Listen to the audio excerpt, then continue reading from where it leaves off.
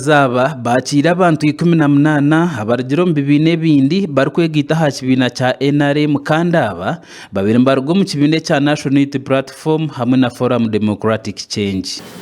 We have new visitors for you. We have members who have been standing as flag bearers of various political parties for parliament and have decided to join the NRM, withdraw from the race, join the NRM and support our flag bearers and the party.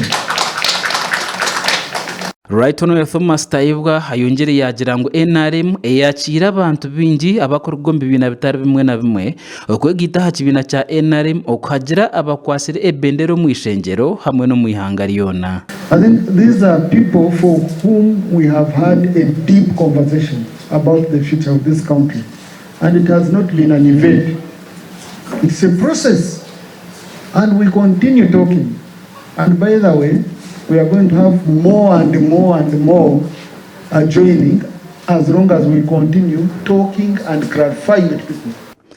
Ayongire yagira ngo nobo abantu bamwe batashemerirwe n'entekateka yo kureba ngo nagamba n'abantu aba umurimo gwe no kureba ngo yagamba n'abantu abariyo mbibina nkebyo kandi yabashobora engendero ya NRM obwire bona.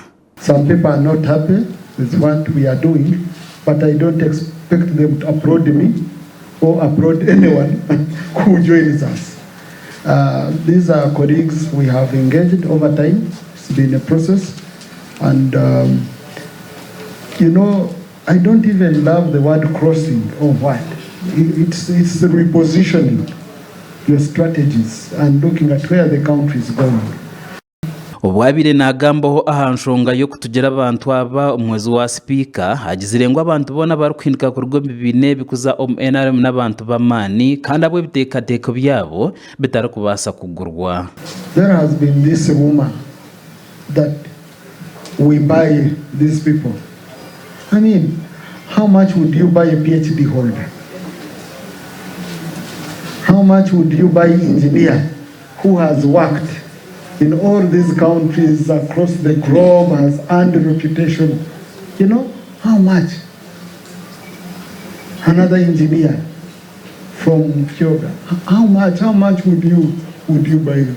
Umuringo ngo gumwe oryo muhwezo muhandikiwe kibina cha NRM Ryaitu no Rosemary na Mayanja Nsereko agizirengwa aba Abarikwegaiteho kibina cha NRM baza kuyamba President Museveni okorondo bururu omu Eihanga ryona. No kulaba nti NRM candidate wa NRM Jena Yoweri Kaguta Museveni awangulira waggulu ddala nnyo mu bitundu byabwe gye bava. Ate okugenda maso tugenda kutandika kola nabo mu NRM. Omugandi we omushugana so makaga mukuru w'Eihanga Robert Rwakandare yashobora hantekateka izibariyo bakora mu Rembo Kampala nko muringo gume gwo kwakira mukuru w'Eihanga kandi okwatirire kibina cha NRM ebendera. Waza kuzo Kampala engubuto zona ni yero za ronda bautu burahamwe buzo kushanga bishane bya president buri waza kujye mushanga bishane bya president byabire bitarokare konkaga magingo ni kikuboreka ngo NRM ina mana munonga ashakwa Ronald Ngaberano na Ivan Nyesiga wo muri Kampala.